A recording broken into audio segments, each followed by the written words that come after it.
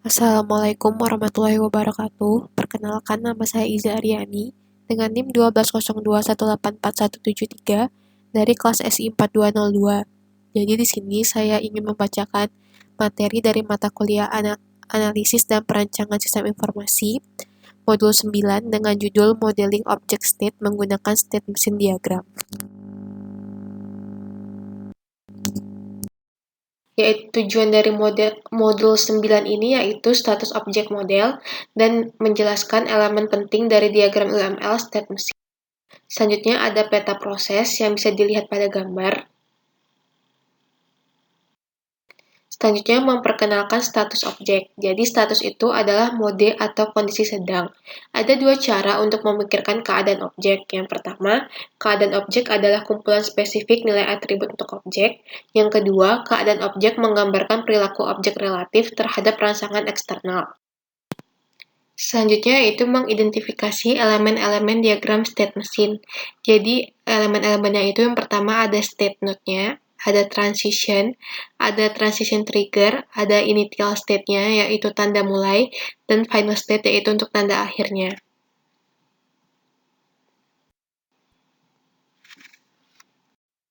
Selanjutnya ada transisi state. Transisi state mewakili perubahan status saat runtime. Jadi terdapat trigger event, terdapat guard condition, dan terdapat action-nya. Selanjutnya ada struktur internal node state. State node mewakili keadaan objek tunggal saat runtime. Jadi entry menentukan tindakan saat masuk ke state bagian, exit menentukan tindakan saat keluar dari state, do menentukan tindakan yang sedang berlangsung. Anda juga dapat menentukan peristiwa spesifik dengan tindakan yang sesuai.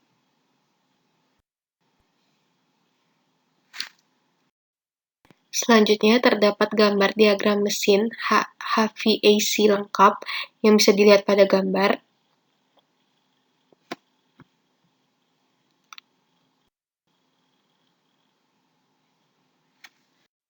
Selanjutnya membuat state machine diagram untuk objek kompleks. Yang pertama, gambarkan kondisi awal dan akhir untuk objek. Yang kedua, gambarkan keadaan stabil objek. Yang ketiga, tentukan urutan parsial kondisi stabil selama masa pakai objek. Yang keempat, tentukan peristiwa yang memicu transisi antara keadaan objek. Tentukan tindakan transisi jika ada. Yang kelima, tentukan tindakan dalam suatu state jika ada. Selanjutnya langkah 1 yaitu mulai dengan status awal dan akhir. Jadi di sini kita membuat initial state-nya dan final state-nya yang bisa dilihat pada gambar.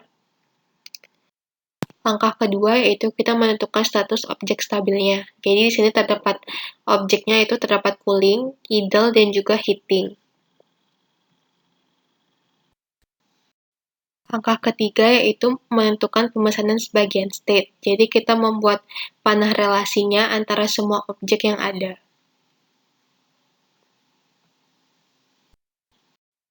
Selanjutnya langkah 4 kita menentukan acara transisi dan tindakan. Jadi di setiap panah relasi yang sudah kita buat tadi, kita menentukan transisi dan tindakan apa saja yang dapat terjadi, yang bisa dilihat pada gambar. Contoh selanjutnya itu langkah 5, menentukan suatu tindakan dalam suatu state. Bisa dilihat pada gambar yang di cooling itu terdapat tindakan yaitu bisa entry atau turn on AC, bisa juga exit on or turn off AC. Di heating juga sama, bisa entry or turn on heater atau exit or turn off heater. Selanjutnya terdapat after trigger event. Peristiwa yang harus terjadi setelah periode waktu ditunjukkan dengan menggunakan after trigger event. Untuk memancarkan transisi setelah 10 menit, tentukan event pada transisi sebagai setelah 10 menit. Event ini sering digunakan untuk timeout. Selanjutnya ada self-transition atau transisi mandiri. Transisi mandiri adalah transisi keadaan dengan keadaan yang sama untuk sumber dan tujuan transisi. Selanjutnya ada junction. Dalam UML, sebuah junction dapat digunakan untuk menyederhanakan diagram dengan memecah transisi menjadi beberapa fragmen, sehingga mengurangi duplikasi peristiwa pemicu, penjaga, dan tindakan. Contoh berikut menunjukkan urutan state, urutan peristiwa, evaluasi penjaga, dan tindakan. Selanjutnya yaitu ada contoh junction, terdapat dua contoh. Yang pertama, stack example without using a junction. Yang kedua, equivalent stack example using a junction. Jadi yang contoh pertama itu tidak menggunakan junction. Yang kedua itu menggunakan junction yang bisa dilihat pada entries-nya itu terdapat max dan juga min.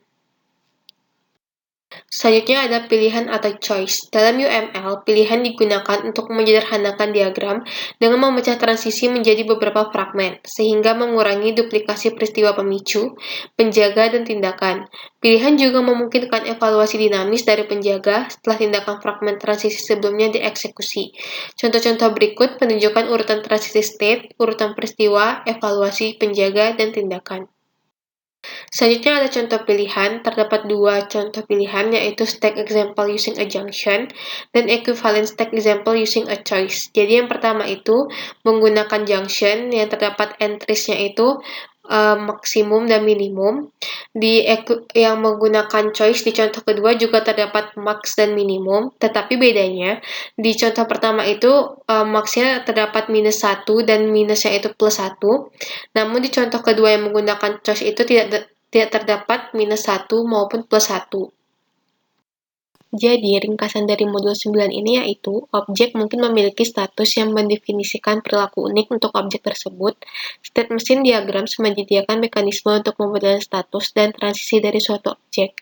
Mungkin itu saja yang dapat saya sampaikan. Kurang dan lebihnya saya mohon maaf. Wassalamualaikum warahmatullahi wabarakatuh.